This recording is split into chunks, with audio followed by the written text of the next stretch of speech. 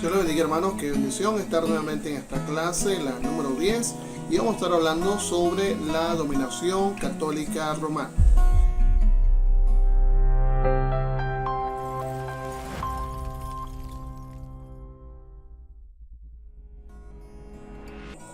La autoridad y el prestigio del Papa Católico Romano alcanzó su cumbre en el periodo de 1050 a 1215, edificando sobre las reclamaciones hechas antes de la inundación de anarquía y feudalismo y la dominación de los dos imperios en el 800 y 962. La Iglesia romana no solo volvió a ganar su poder, sino resultó victoriosa en nuevas y más grandes conquistas. Hubo muchos factores que contribuyeron a hacer posible esto. Un factor principal fue la actitud de la gente en todas partes. Cansado de guerra y violencia, los hombres estaban dispuestos a seguir a cualquier caudillo que les prometiera paz y justicia. La palabra clave es la promesa papal. Hubo regocijo universal cuando las armas espirituales del papado empezaron a sobreponerse a las espadas y lanzas familiares. La unidad secular había sido destruida en el feudalismo, y la esperanza de un gobierno espiritual universal que descansara sobre fundamentos eternos y seguros era una invitación casi irresistible.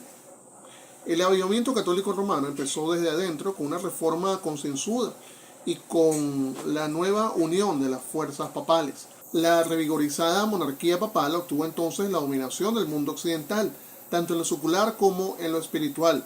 Los movimientos más importantes que contribuyeron a la revitalización del papado y de la Iglesia romana se discutirán más adelante. Tenemos por un lado la reforma monástica. Los monjes benedictinos habían sido uno de los primeros factores para la extensión del papado y del sistema romano. Eran tan hábiles misioneros para llevar el evangelio como granjeros para cultivar la tierra. Claro, su evangelio de ellos. El éxito del monje Agustín al ganar Inglaterra es más espectacular que la obra de muchos de sus hermanos que formaban pequeños bandos y conquistaban la naturaleza en grandes extensiones de la inmensa Europa. Pero las realizaciones de estos últimos eran casi tan importantes. Los monasterios se esparcieron por Europa central, consiguiendo grandes extensiones de tierra para el dominio de la Iglesia romana, y que servían también como lugar de refugio para los necesitados, de retiro para los eruditos y de preservación en la enseñanza durante el oscurantismo. Estos monasterios, sin embargo, no escaparon del espíritu secular de sus tiempos. Aunque los monjes tenían que hacer votos de pobreza, por ejemplo, nada se decía acerca de las posesiones materiales del monasterio. Por medio de un severo esfuerzo común, por los donativos de los administradores, por las ofrendas religiosas especiales, por servicios y por otros medios, los monasterios se hicieron extremadamente ricos. Los monjes no podían tener posesiones, pero podían usarlas, y esta distinción hacía posible evadir completamente la idea de la pobreza personal. Otros abusos se deslizaron al sistema.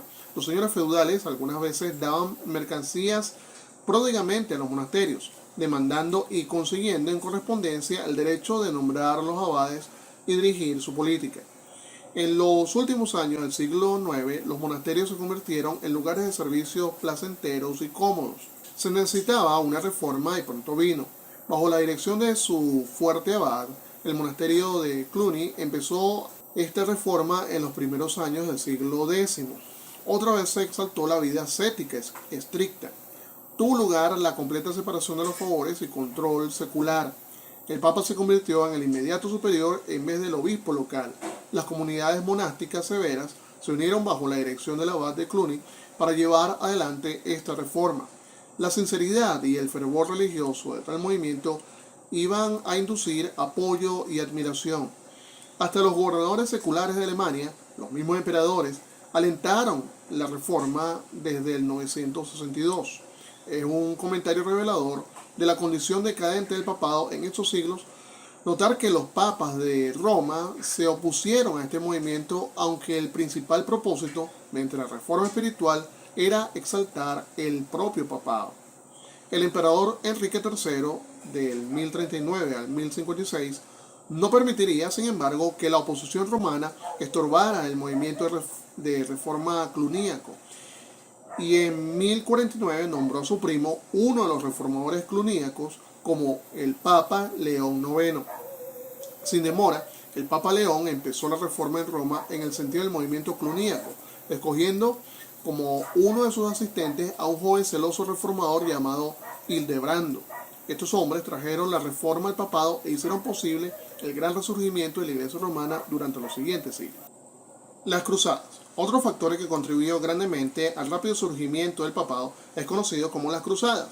Este movimiento empezó como un esfuerzo por recuperar Jerusalén de manos de los infieles. La Iglesia romana por siglos había puesto gran énfasis en las peregrinaciones como medio de conseguir perdón de los pecados cometidos después del bautismo.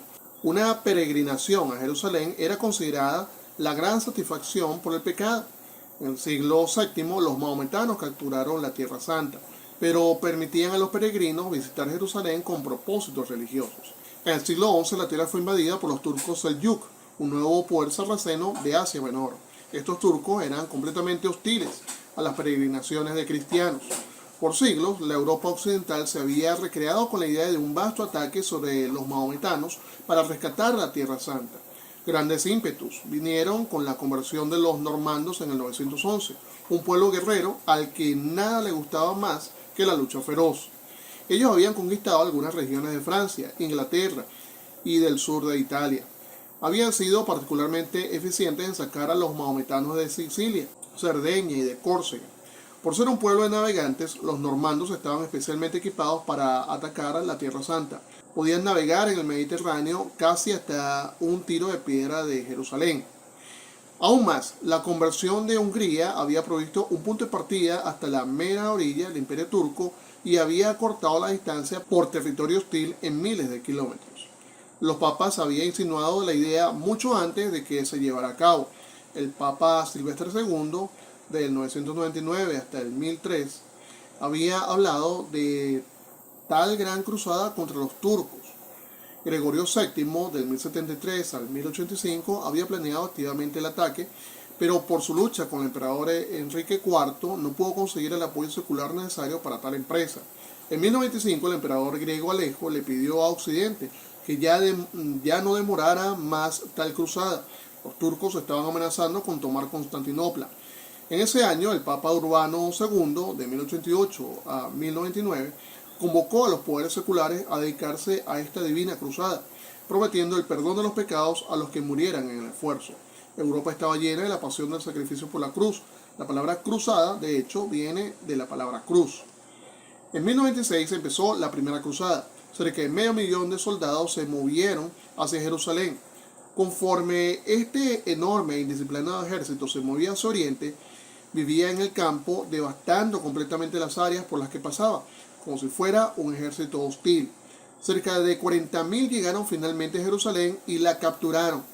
Hubo cerca de otras 8 cruzadas, incluyendo una cruzada de niños en 1212. Una cosa trágica y perjudicial en todos los sentidos. Los resultados de las cruzadas fueron múltiples. En un sentido, obraron hacia el inmediato fortalecimiento del papado. Le dieron al papado un prestigio inmediato que le permitió dar órdenes a los príncipes de todas partes y asumir tal caudillaje internacional. El papado se benefició enormemente desde un punto de vista financiero. La gente prodigaba regalos sobre la iglesia romana y hacía regalos para dar sus posesiones a la iglesia en el caso de que no regresara. El papado usó las cruzadas como una excusa para exigir un nuevo impuesto eclesiástico, que continuó pidiendo mucho tiempo después el movimiento cruzado había terminado. Los métodos papales eran tanto apoyados como formados por las cruzadas. Pronto se extendió la idea de que el Papa podía convocar a todos los gobernadores seculares creyentes para que marcharan contra los herejes en todas partes, incluyendo las minorías religiosas disidentes de Europa y los príncipes seculares que rehusaran ser obedientes a las órdenes papales. Una nueva y poderosa arma de coerción se había formado. Las cruzadas estaban basadas en la idea de que había hecho populares las reliquias y el fetichismo. La extrema reverencia y hasta el verdadero culto a los remanentes físicos siguieron a la lucha por recapturar la más grande de todas las reliquias, Jerusalén. Durante el periodo de las cruzadas, casi toda clase de reliquias era traída de Jerusalén, según se dice o según se decía. Cuando Jerusalén fue capturada de nuevo por los turcos, el mercado de valores de reliquias subió hasta las nubes. Habiéndose cortado la fuente de las reliquias, vino entonces la inflación. El fraude y la falsedad eran la regla en el tráfico de estos artículos. El uso del rosario aumentó considerablemente en el sistema católico romano durante este periodo. Por otra parte, a la distancia, la historia de la Iglesia Católica Romana fue dañada por las cruzadas. Los papas debilitaron su prestigio al seguir haciendo presión para nuevas cruzadas, después que la novedad había pasado de moda. La continuación del impuesto para cruzadas tampoco aumentó la popularidad papal. Las cruzadas abrieron los ojos de muchos a un nuevo mundo. Nueva literatura, nuevos intereses y nuevas ideas se apiñaron sobre lo que habían invadido el mundo oriental, y ellos regresaron trayendo estas cosas con ellos. Hasta algunos de los papas se prendaron de los remanentes y estilos de la literatura antigua e hicieron hincapié más en la cultura que en el propio cristianismo. No estaba lejos el Renacimiento, cuando las mentes y corazones de la gente estaban animados e iluminados. Tal difusión de la iluminación no podía dejar socavar una institución que estaba basada en la superstición y el temor, y también en la ignorancia. Las cruzadas introdujeron nuevas reformas económicas y sociales. El comercio y los negocios fueron fomentados y nuevos artículos para manufacturar requirieron industria. La clase media se desarrolló, los que no eran ni campesinos ni príncipes, en este caso. Los que regresaban de las guerras invadieron las ciudades y cambiaron las formas sociales y económicas. En el aspecto político, el papado no estaba permanentemente a la vanguardia. La caída del feudalismo trajo como resultado la aparición de las naciones, una amenaza potencial para el poder papal. Conforme los nobles morían en batalla, los monarcas de los diversos estados aumentaban en poder. Ni el caso opuesto de los estados alemanes obró para dar ventaja al papado. Los caballeros alemanes se negaron a ir a las cruzadas. La tardía declinación del feudalismo en los estados alemanes puede haber sido una ayuda inmediata para el papado en su esfuerzo por dividir y conquistar. Sin embargo, esta situación trajo inquietud general entre los cristianos, y cuando vino la batalla, el papado tuvo que librar batallas individuales en términos de pequeñas áreas feudales en vez de vencer sencillamente a la monarquía en un gran dominio. El tercer movimiento que hizo clara contribución a la rápida recuperación de la Iglesia romana ha sido llamado escolasticismo. El término se refiere a la enseñanza de los escolásticos. Se recordará que Carlomagno había fomentado la educación del clero y de la clase alta. Tal vez por esta inspiración surgieron las universidades del siglo XII, principalmente para enseñar derecho civil y eclesiástico. Estas instituciones de enseñanza llegaron a ser pequeñas ciudades autócratas dentro de ciudades. Durante los siglos XIII y XIV, cada ciudad europea ardientemente anhelaba tener su propia universidad. Dos tipos de universidades se desarrollaron, provenientes de considerables libertades políticas. En Italia, los estudiantes organizaron su propio magisterio, como la administración de la escuela. El plan de estudio incluía teología, medicina, canon y derecho civil, y artes liberales, gramática, lógica, retórica, música, aritmética, geometría y astronomía. Los estudios religiosos de esas escuelas desarrollaron el sistema conocido como escolasticismo. Se basaba en el método de pensamiento, razonamiento deductivo y en una conclusión preconcebida, la prueba intelectual de la doctrina papal. El razonamiento deductivo empieza con una verdad general que es positiva y desarrolla refinamientos subordinados mediante la aplicación de principios válidos. El factor importante, entonces, es el punto de partida, la referencia. El escolasticismo, exaltando las formas de pensamiento y la filosofía de Aristóteles y Platón, empezaba con la Biblia, los decretos de los papas, los cánones de los concilios y la tradición como autoridad, y de aquí razonaba las doctrinas de la Iglesia romana. Aunque las diversas escuelas de pensamiento diferían en su punto de vista relativo al lugar de la razón y la revelación, el resultado total era cimentar con filosofía el sistema católico romano. La Biblia y la tradición están tan entreveradas en el desarrollo doctrinal de la Iglesia romana que cualquier intento de eliminar la tradición requería una completa definición nueva de cada doctrina.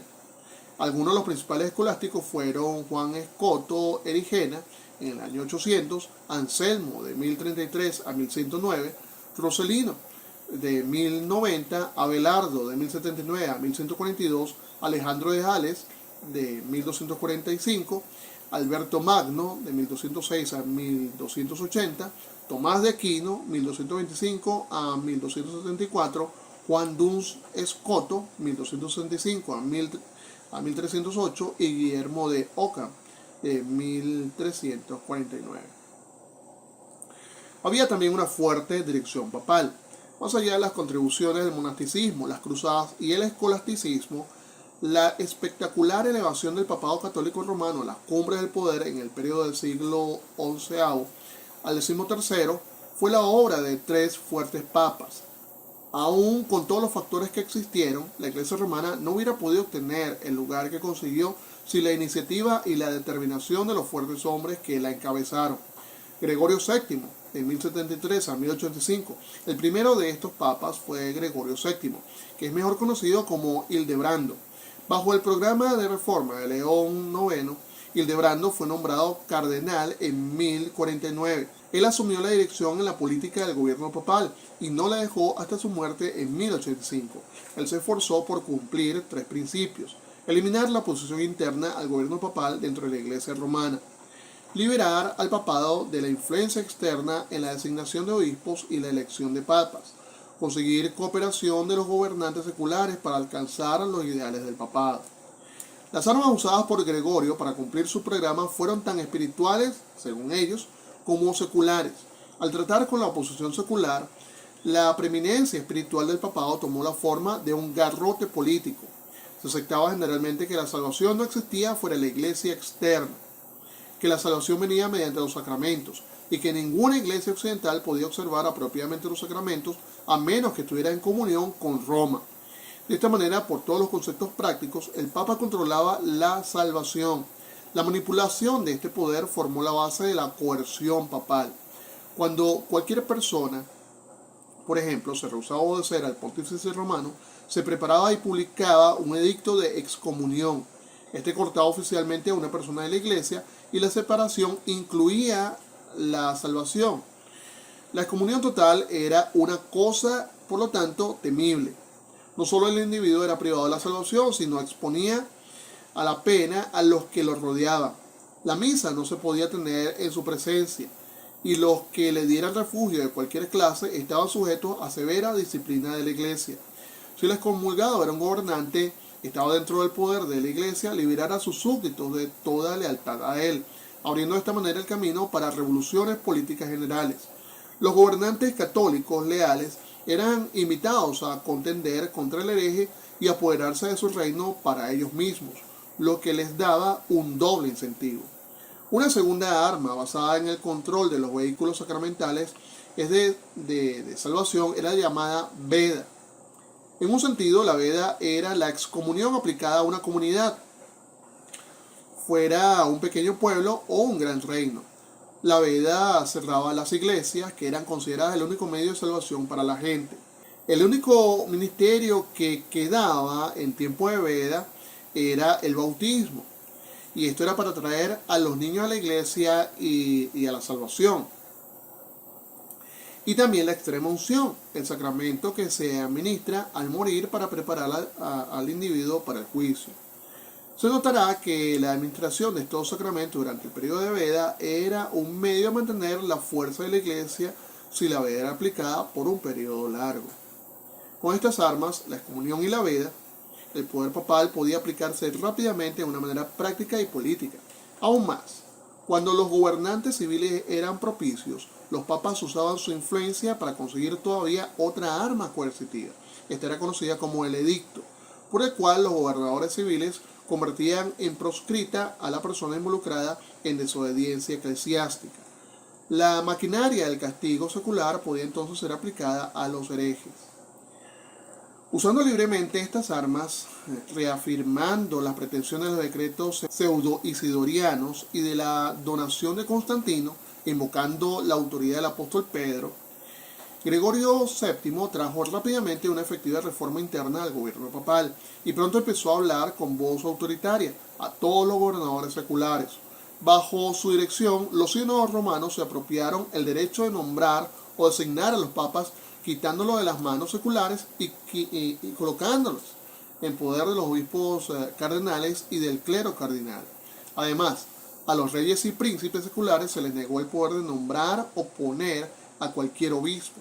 Estas medidas iban dirigidas a la eliminación de todo el poder secular en el nombramiento de los oficiales eclesiásticos y ponía ese poder directamente en las manos del gobierno papal. Aún más, bajo Gregorio se ratificó un edicto que requería el celibato del clero. Esto significaba que ni los diáconos, los sacerdotes ni los obispos podían tomar esposas. Esto eliminaba la carga financiera sobre la iglesia de proveer para la familia de los oficiales. Hacía más grande la distinción entre el clero y los laicos. Hacía más movible a los clérigos porque sin esposa ni familia, el sacerdote u obispo podía moverse más rápidamente a cualquier lugar al que fuera enviado. Aseguraba el derecho de la iglesia de nombrar al sucesor de un obispo sin influencia familiar en caso de que el hijo de un obispo fuera clérigo y deseara el puesto. Y hacía a la iglesia heredera de las posiciones de la mayoría de sus clérigos, porque así ellos no tenían a nadie más a quien pudieran dejar sus posiciones terrenales cuando estos murieran. El Papa Gregorio usaba libremente la veda en su esfuerzo por establecer el poder papal. Él enviaba delegados o representantes a cada gobierno civil para proteger los intereses papales en los diversos países. Tal vez el triunfo más grande vino en su cumplimiento de los decretos de los sínodos en cuanto al nombramiento y postura de un obispo por poderes seculares. En esta lucha, el Papa peleó contra una práctica antigua y popular. Se recordará que en el feudalismo el soberano o señor del feudo era el único gobernante en su propio dominio. Si sucedía que un obispo servía en ese dominio, el obispo debía jurar lealtad a este gobernante secular. Si el obispo moría, usualmente el soberano nombraba a alguien más para ese oficio de su propio dominio. Puesto que el poder papal estuvo tan comprometido durante los siglos de anarquía y feudalismo que siguieron a la caída de la línea carolingia, por generaciones no se elevó ninguna protesta por esta situación. Sin embargo, ahora el Papa Gregorio se negaba a permitir que los obispos fueran nombrados, puestos o gobernados por el poder secular. El Sínodo Romano de 1075 reiteró este principio, negando al mismo emperador el derecho de nombrar e investir obispos. Muy pronto sobrevino una prueba. Enrique IV, de 1056 a 1106, el emperador alemán, no podía discernir el cambio de situación. No había nombrado sus antecesores hasta los papas hacía menos de un siglo. No habían estado de acuerdo solemnemente los papas en que el emperador tuviera para siempre el derecho de nombrar hasta el obispo de Roma. Así pues, cuando un obispado quedaba vacante en la parte norte de Italia, el emperador nombraba inmediatamente un sucesor y lo instalaba en su oficio. Cuando el Papa Gregorio negó la validez de la acción, el emperador declaró vacío el oficio papal. Sin embargo, un siglo había hecho una gran diferencia. Ahora el Papa, con su prestigio restaurado, lanzó su pavorosa arma de excomunión contra el emperador, liberando a los súbditos del soberano de su fidelidad. Más desde un punto de vista político que religioso, el emperador hizo una peregrinación al sur para pedir el perdón del Papa y conseguir su restauración a la Iglesia. Mientras tanto, el Papa había partido hacia el norte, Alemania, para continuar su lucha. Se encontraron en Canosa, donde el emperador permaneció fuera del castillo, descalzo, en la nieve, por 3 días, implorando el privilegio de pedir el perdón del Papa. Al ser admitido, él prometió ser obediente y fue restaurado de la comunión. La humillación del emperador fortaleció su influencia sobre su gente. A pesar de su rehabilitación, el emperador declaró la guerra contra el Papa y triunfó al llevarlo al exilio a morir en 1085. Los sucesores del emperador y del Papa continuaron la batalla. En 1122 se alcanzó un acuerdo, conocido como el Concordato de Worms. Este estipulaba que la Iglesia tendría el gobierno de la elección de obispos y abades, pero que el emperador ejercería la inspección sobre las elecciones. En caso de disputa, el emperador tendría el voto decisivo. El Papa investiría a cada obispo o abad con los símbolos espirituales del oficio, el anillo y el báculo pastoral, mientras que al emperador se le permitiría tocar al candidato con el cetro para indicar aprobación imperial. Ni los papas ni los emperadores fueron fieles a este compromiso. Alejandro III, de 1159 a 1181, el segundo de los papas fuertes, que fue responsable de llevar al papado a la cumbre de su poder. Él entró al oficio papal en aprietos. Los cardenales lo eligieron a él por una pequeña mayoría. La mayoría de los cardenales, con el apoyo del clero romano y de la autoridad imperial, eligieron un papa rival llamado Víctor IV. Al emperador Federico Barbarroja de 1152 a 1190, le disgustaba a Alejandro y apoyó a Víctor, llegando hasta convocar un concilio eclesiástico, que obedientemente votó en favor de Víctor. Alejandro fue apoyado por Inglaterra, Francia, España, Hungría y Sicilia. Pese a todo, por casi 20 años el emperador Federico trató de forzar el camino a Roma para poner a Víctor como papa, pero sin éxito. En el año 1177 él se sometió a Alejandro. Mientras tanto, Alejandro había continuado la obra y el espíritu de Gregorio VII. Típicos de su esfuerzo por llevar adelante el poder y el prestigio del papado fueron sus tratos con Inglaterra. En 1163, después de la muerte del arzobispo de Canterbury, el rey Enrique II de Inglaterra, de 1154 a 1189, violentó el nombramiento de Thomas Becket, uno de sus cortesanos. Para consternación del rey, Becket se convirtió en un adalid del papa contra el rey. En 1164, el rey convocó un concilio nacional en un esfuerzo por eliminar la influencia papal de Inglaterra. El concilio aprobó todas las medidas del rey, conocidas como las Constituciones de Clarendon. A las cortes eclesiásticas se les recortó su extensión jurídica. No se podía apelar a Roma sin el permiso del rey. El rey podía nombrar abades y obispos en Inglaterra. Las rentas de los oficios episcopales vacantes se volverían al rey. Por causa de su fuerte oposición al rey Enrique respecto a este programa, el arzobispo fue asesinado. Los sentimientos populares se exaltaron tanto por este acto que Enrique fue forzado a someterse al papa y a renunciar a las constituciones de 1172.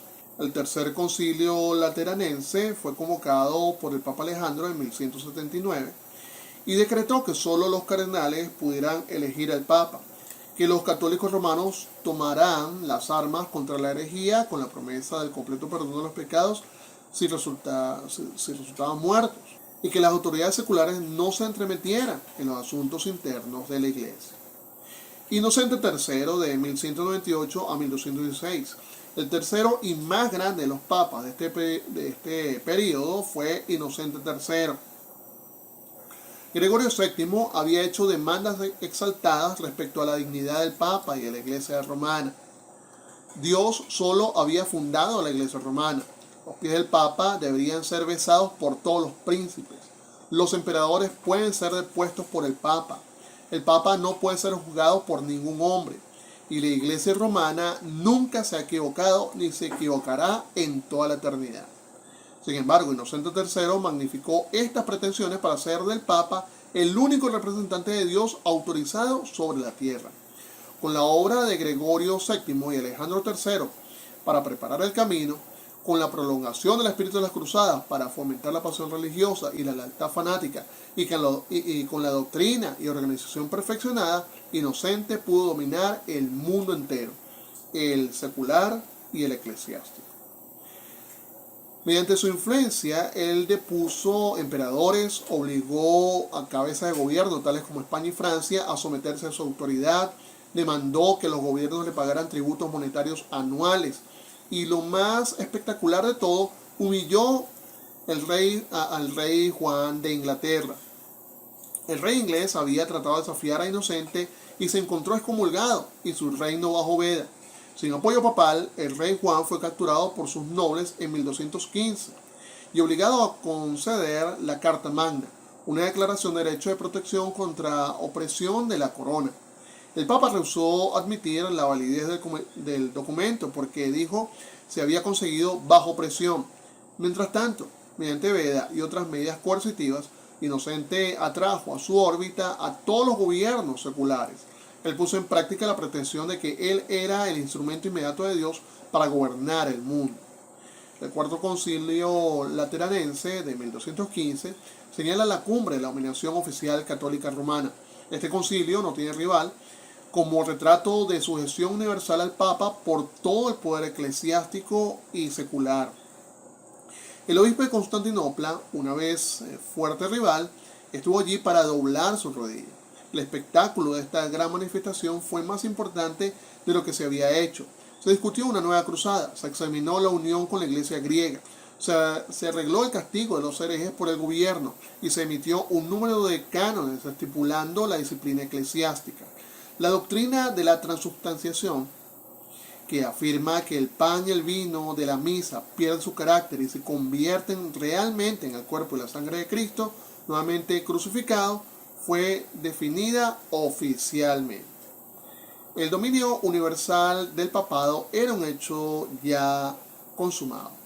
Entre el concilio de Nicea del 325 y el cuarto concilio lateranense de 1215, el obispo romano se había convertido en el amo del mundo, espiritual y secular. La estructura estaba completa. Sus constructores pensaron que era eterna.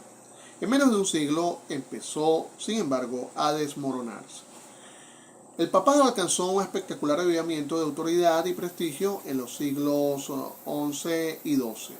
Una reforma interna por medio del monasticismo empezó la recuperación. El prestigio papal subió hasta los cielos como resultado de las cruzadas bajo su dirección, pero los resultados a largo alcance no fueron favorables. El escolasticismo dio justificación intelectual a las doctrinas papales. 3 papas sobresalientes, usando las armas eclesiásticas de comunión, veda y cruzadas, humillaron a todos los poderes seculares. Muy bien, hermanos, esto fue toda la lectura de esta sección. Nos vemos en la próxima clase. Que Dios los bendiga.